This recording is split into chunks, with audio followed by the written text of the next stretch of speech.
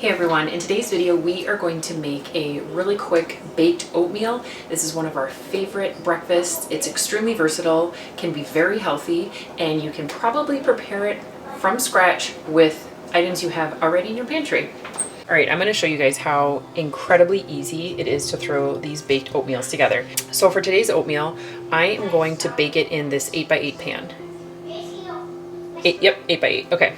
But you could easily make these thinner and do it in a 9x13. But for all of these ingredients, we're going to bake it in this. It's going to be kind of deep, but that's okay. So we're going to go in with some regular rolled oats. And then I'm going to add in some dry ingredients. There's cinnamon, a little bit of nutmeg, some salt, and then also some baking powder. Just give this a quick little stir.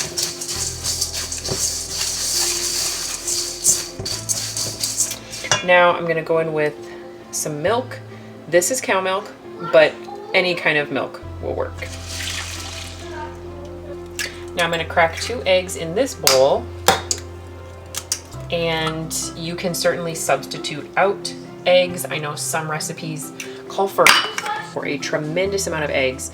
One thing I really like about baked oatmeal is that it does have eggs, and we really like eating egg protein.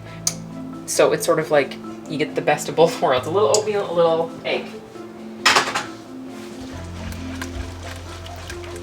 Okay, and now I'm going to add a little bit of more liquid. It's going to be a little olive oil, some maple syrup, which is our sweetener of choice. I also added a tablespoon of brown sugar and a little vanilla. Some recipes call for butter or things like that. But we just went with a little olive oil. Now I'm gonna add in some shredded carrot, shredded apple, and then diced apple. This is totally optional. This particular recipe that I've sort of come up with for this baked oatmeal is sort of like a morning glory muffin in baked oatmeal form. Apples that don't look that great anymore, this is a great way to use it up. But you can see this shredded this shredded apple looks a lot like applesauce, so you could definitely add applesauce to something like this as well. And I've actually seen recipes specifically call for it. I also don't put a lot of sweetener in here, especially, oats are sweet, apples, the carrot adds sweetness. So I think that baked oatmeal has the potential to be quite healthy, especially if you scale back the sugar. I do have a trick that I sometimes use when I'm reducing the sugar a lot in a recipe, which is to sprinkle a little bit of sugar on top of whatever it is right before you bake it, because as you eat it, that is what hits your mouth first, and it sort of tricks your head into thinking that it's sweeter than it is. I don't think I'm going to do that today, but that is a trick that works wonderfully. So I am just going to put a light layer of olive oil in my pan, and then we're going to add it all in. This is something you could add dried fruit to, cranberries, raisins, dates, anything like that.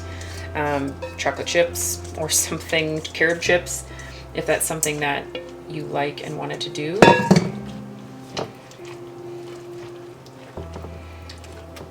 And I just try to even out the thinner parts with the thicker parts a little bit.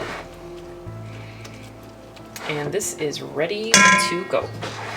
I'm going to bake it for maybe 30 to 40 minutes, and we'll check back.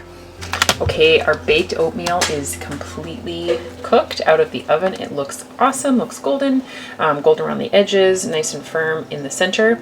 Now, this can cool down completely and get put in the freezer.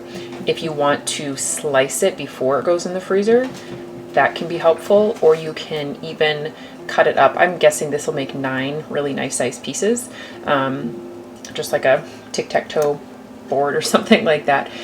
But you can freeze the pieces individually on like a baking sheet and then put them in a container where they are easy to grab if you wanted to do these for individual portions. Thank you for coming along as I do this baked oatmeal. This is one of our favorite breakfasts. I hope you have a wonderful day, and we will see you soon.